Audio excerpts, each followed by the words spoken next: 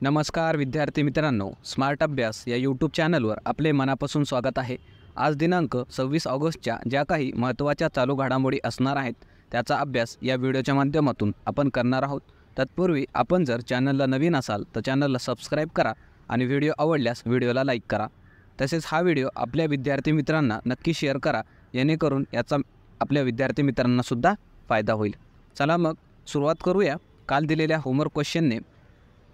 तर काल दिलेला होमवर्क क्वेश्चन असा होता की संजय गांधी राष्ट्रीय उद्यान कोठे आहे, आणि याचं उत्तर हे बऱ्याच जणांनी कमेंटमध्ये दिलेलं आहे। त्यांचं खरंच मनापासून अभिनंदन। आणि ज्यांना याचं उत्तर माहिती नसेल त्यांच्यासाठी उत्तर आपण डिस्कस करणार आहोत। तर ऑप्शन्स आपल्यासमोर आहेत आणि याचं योग्य उत्तर असणार आहे ऑप्शन नंबर बी, मुंबई या ठिकाणी हे संजय गांधी राष्ट्रीय उद्यान आहे। त्यासोबतच मित्रांनो, आपल्याला महाराष्ट्रात असणाऱ्या इतर जे काही राष्ट्रीय उद्यान आहेत त्याविषयी सुद्धा माहिती असणं गरजेचं आहे, कारण यावर सुद्धा आपल्या परीक्षांमध्ये प्रश्न विचारले जातात। जसं की महाराष्ट्रामध्ये एकूण 6 राष्ट्रीय उद्यान आहेत, तर ते कोणते आहेत? संजय गांधी राष्ट्रीय उद्यान मुंबई या ठिकाणी आहे, ताडोबा राष्ट्रीय उद्यान हे चंद्रपूर या ठिकाणी आहे, चांदोली राष्ट्रीय उद्यान सांगली या जिल्ह्यात आहे, गुगामल राष्ट्रीय उद्यान अमरावती जिल्ह्यात आहे, पेंच राष्ट्रीय उद्यान नागपूर जिल्ह्यात आहे, नवेगाव नागझिरा राष्ट्रीय उद्यान गोंदिया या जिल्ह्यामध्ये आहे। यावर सुद्धा आपल्या परीक्षांमध्ये प्रश्न विचारले जातात, म्हणून या गोष्टी आपल्याला लक्षात ठेवायच्या आहेत। त्यानंतर चालू घडामोडीचा पहिला प्रश्न आपण बघणार आहोत आणि प्रश्न असेल की नुकतेच कोणत्या राज्यात सुभद्रा योजना सुरू करण्यात आली? तर ऑप्शन्स आपल्यासमोर आहेत आणि याचे योग्य उत्तर असणार आहे ऑप्शन नंबर ए, ओडिसा या राज्यामध्ये सुभद्रा ही योजना सुरू झालेली आहे। त्याविषयी एक्स्ट्रा इन्फॉर्मेशनसुद्धा आपल्याला बघायची आहे। ही जी काही योजना आहे या योजनेअंतर्गत पुढील 5 वर्षांसाठी 1 कोटी महिलांना 50,000 रुपये दिले जाणार आहेत आणि यासाठी वयोमर्यादा ही 21 ते 60 वर्षही ठरवण्यात आलेली आहे। आणि हे जे काही 50,000 रुपये असणार आहेत ते मित्रांनो दरवर्षी 10,000 रुपये 2 टप्प्यात दिले जाणार आहेत। तर पहिला टप्पा हा 5,000 रुपये असेल, जो की राखी पौर्णिमेला दिला जाईल। तसेच दुसरा टप्पा हा 5,000 रुपयांचा असेल, तो आंतरराष्ट्रीय महिला दिनी देण्यात येईल। तरी अशा प्रकारे 2 टप्प्यांमध्ये 10,000 रुपये महिलांना दिले जाणार आहेत वर्षाला। अशा एकूण 5 वर्षामध्ये 50,000 रुपये महिलांच्या खात्यामध्ये ओडिसा सरकार जमा करणार आहे। ओडिसाची योजना आहे, तर आपल्याला ओडिसा राज्याविषयी सुद्धा माहिती असणं गरजेचं। जसं की त्याची राजधानी काय आहे, तर भुवनेश्वर ही आहे। ओडिसा राज्याचे मुख्यमंत्री मोहन मांझी आहेत, राज्यपाल रघुवर दास आहेत। तसेच मित्रांनो, जे काही ओडिसा राज्य आहे त्यामधील असणारा काही महत्त्वाच्या गोष्टी परीक्षेत विचारल्या जातात। जसं की हिराकूड धरण हे महानदीवर आहे आणि ते ओडिसा या राज्यात आहे। त्यानंतर कोणार्क सूर्य मंदिर आहे ओडिसामध्ये, आणि जगन्नाथपुरी मंदिर जे की जगन्नाथ जी काही रथयात्रा असते तर त्यासाठी फेमस आहे। त्यावर सुद्धा आपल्याला परीक्षांमध्ये प्रश्न विचारलेले दिसतात, हे पण आपल्याला लक्षात ठेवायचं आहे। त्यानंतर पुढचा प्रश्न बघण्या अगोदर जे काही महाराष्ट्राच्या महत्त्वाच्या योजना आहेत त्या पण आपल्याला बघणं गरजेचं आहे, कारण या दोन्ही योजनांवर आपल्या परीक्षांमध्ये प्रश्न विचारलेले आहेत। जसं की पहिली योजना असेल मुख्यमंत्री माझी लाडकी बहीण योजना, याची सुरुवात ही 1 जुलै 2024 पासून झालेली आहे आणि याद्वारे महिलांना दर महिन्याला 1,500 रुपये सरकार देणार आहे। आणि पात्रता काय ठेवलेली आहे या योजनेसाठी, तर कुटुंबाचे एकत्रित उत्पन्न 2.5 लाखापेक्षा कमी असायला हवे। तसेच विवाहित, घटस्फोटित, निराधार आणि ज्या गरीब महिला आहेत त्यांना या योजनेचा लाभ मिळणार आहे। आणि वयोमर्यादा काय असेल याच्यासाठी, तर 21 ते 65 वयोगटातील महिला या योजनेसाठी पात्र असतील। तसेच मित्रांनो, दुसरी योजनासुद्धा आहे, जसं की लाडका भाऊ योजना। तर ही कुणासाठी आहे, तर जे सुशिक्षित असे तरुण आहेत त्यांना ट्रेनिंग देणारी ही योजना आहे। यामध्ये काय असणार आहे की जे काही उमेदवार पात्र ठरतील त्यांना 6 महिन्याचं ट्रेनिंग दिलं जाणार आहे सरकारमार्फत। 12वी पास महिन्याला 6,000 रुपये या ट्रेनिंग दरम्यान दिले जाणार आहेत। ज्यांचं डिप्लोमा झालं असेल त्यांना 8,000 रुपये मानधन सरकार देणार आहे, आणि ज्यांचं पदवी किंवा पदव्युत्तर शिक्षण झालेलं असेल त्यांना 10,000 रुपये मानधन सरकार महिन्याला देणार आहे।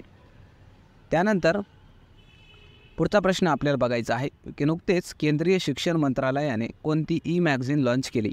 ऑप्शन्स आपल्यासमोर आहेत आणि याचं योग्य उत्तर असणार आहे ऑप्शन नंबर बी, सपनों की उडान नावाची ही जी काही ई-मॅगझिन आहे ते नुकतंच केंद्रीय शिक्षण मंत्रालयानं लॉन्च केलेली आहे। मग त्याविषयी आपल्याला माहिती असणं गरजेचं आहे.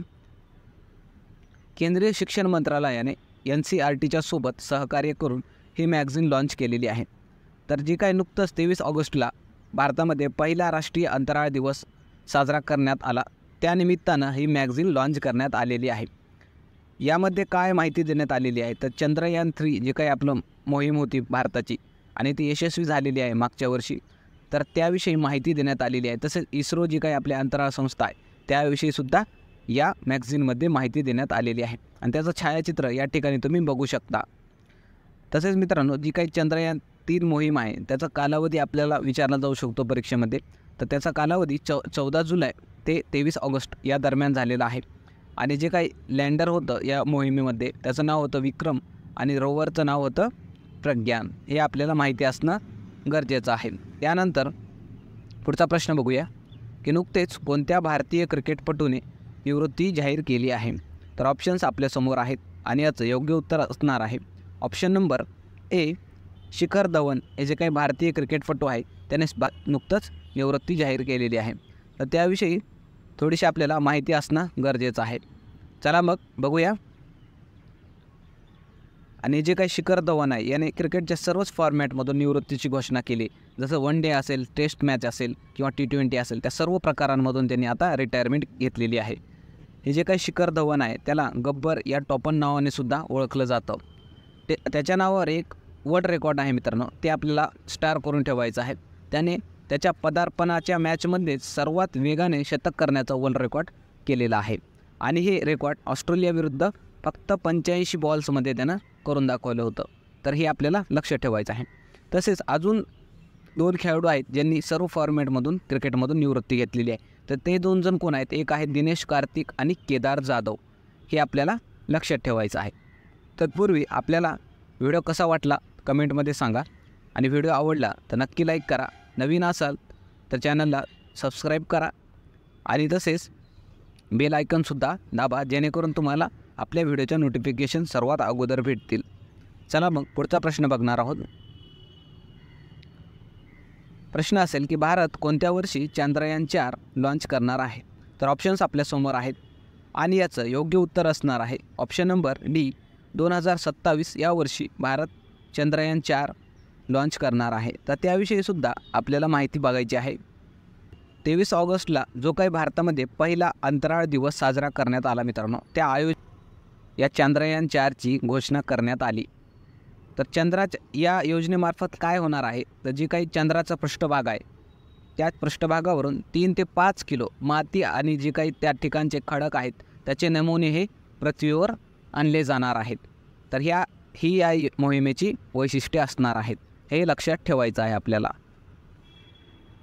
तसेच जी काही इस्रो जी अंतराळ संस्था आहे भारताची, तर त्याचं लाँग फॉर्म आपल्याला परीक्षेमध्ये विचारलं जातं. तर लाँग फॉर्म काय असेल? Indian space research organisation. याची स्थापना कधी झालेली आहे तर 15 ऑगस्ट 1969ला स्थापना झालेली आहे. याचे अध्यक्ष सध्या S. सोमनाथ हे आहेत आणि याचं मुख्यालय हे बेंगलुरू या ठिकाणी आहे. ही इन्फॉर्मेशनसुद्धा आपल्या परीक्षेच्या दृष्टीने अगदी महत्त्वाची आहे, जे आपण नोट डाऊन करून ठेवू शकता. चला मग पुढचा प्रश्न बघणार आहोत.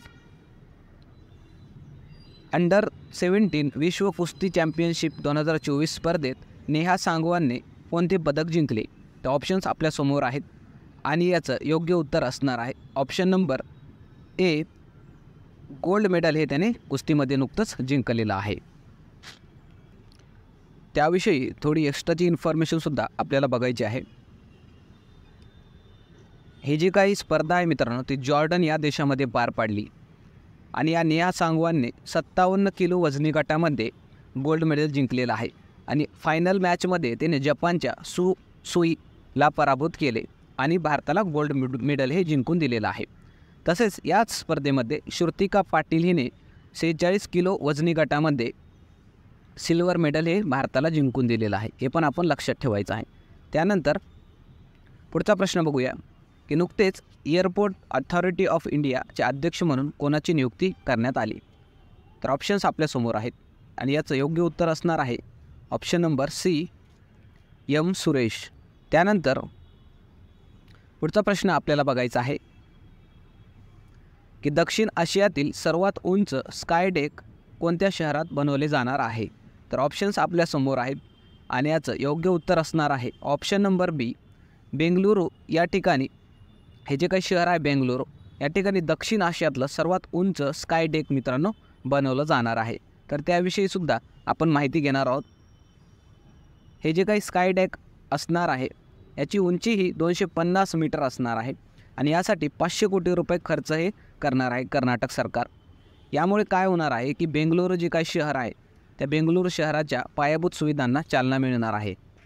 यावरून संपूर्ण शहराचा 360 डिग्री व्ह्यू दिसणार आहे. तसेच कर्नाटक राज्याचा विषय निघाला आहे तर कर्नाटकविषयी आपल्याला माहिती असणं गरजेचं. जसं की राजधानी काय आहे तर बेंगलुरू ही आहे. मुख्यमंत्री सध्या सिद्धरामय्या आहेत आणि राज्यपाल थावरचंद गेहलोत हे आहेत. तसेच या बेंगलोर शहराला भारताचं टेक सिटी म्हणून सुद्धा ओळखलं जातं. हे आपण लक्षात ठेवायचं आहे. त्यानंतर मित्रांनो शेवटी जसं आपण होमवर्क क्वेश्चन देऊन जातो तर आजचा होमवर्क क्वेश्चन का असा असणार आहे की महाराष्ट्रातील सर्वात कमी लोकसंख्या कोणत्या जिल्ह्यात आहे? ऑप्शन्स आपल्यासमोर आहेत. याचं उत्तर प्रत्येकाने कमेंटमध्ये सांगायचं आहे आणि कोणीही उत्तर न देता मित्रांनो व्हिडिओ स्किप करायचा नाही. प्रत्येकाने उत्तर देण्याचा प्रयत्न करा. हे प्रश्न तुमच्यासाठीच बनवलेले आहेत आणि असेच प्रश्न आपल्या परीक्षांमध्ये विचारले जातात. तुम्ही मागच्या वर्षी झालेल्या प्रश्नपत्रिका जर बघितले तर तुम्हाला यावर जे काय आपण होमवर्क क्वेश्चन घेतो त्यावर प्रश्न आलेले आहेत किंवा नाहीत त्यावरून तुम्हाला ते कळून जाईल मित्रांनो. म्हणून उत्तर देण्याचा प्रयत्न करा, कारण जे प्रश्न हे परीक्षांमध्ये विचारले जातात त्याच प्रकारचे प्रश्न आपण होमवर्क म्हणून तुम्हाला देत असतो. म्हणून याचा फायदा तुम्हालाच होईल परीक्षांमध्ये. म्हणून उत्तर देण्याचा प्रयत्न करा आणि जरी उत्तर नाही आलं तरी आपण उद्याच्या व्हिडिओमध्ये त्याचं डिस्कशन करणारच आहोत. चला मग थांबणार आहोत या ठिकाणी. आपल्या टेलिग्राम चॅनलला जर तुम्ही जॉईन केलं नसेल तर जॉईन करून घ्या. त्याची टेलिग्रामची ID तुमच्या समोर आहे. त्या ठिकाणी आपण लेक्चरच्या मोफत नोट्स वगैरे टाकत असतो. त्या ठिकाणी जाऊन तुम्ही त्या डाउनलोड करून घेऊ शकता आणि तुमच्या रिव्हिजनसाठी ठेवू शकता. तर थांबूया मित्रांनो, पुन्हा भेटूया एका नवीन व्हिडिओसह. तोपर्यंत धन्यवाद.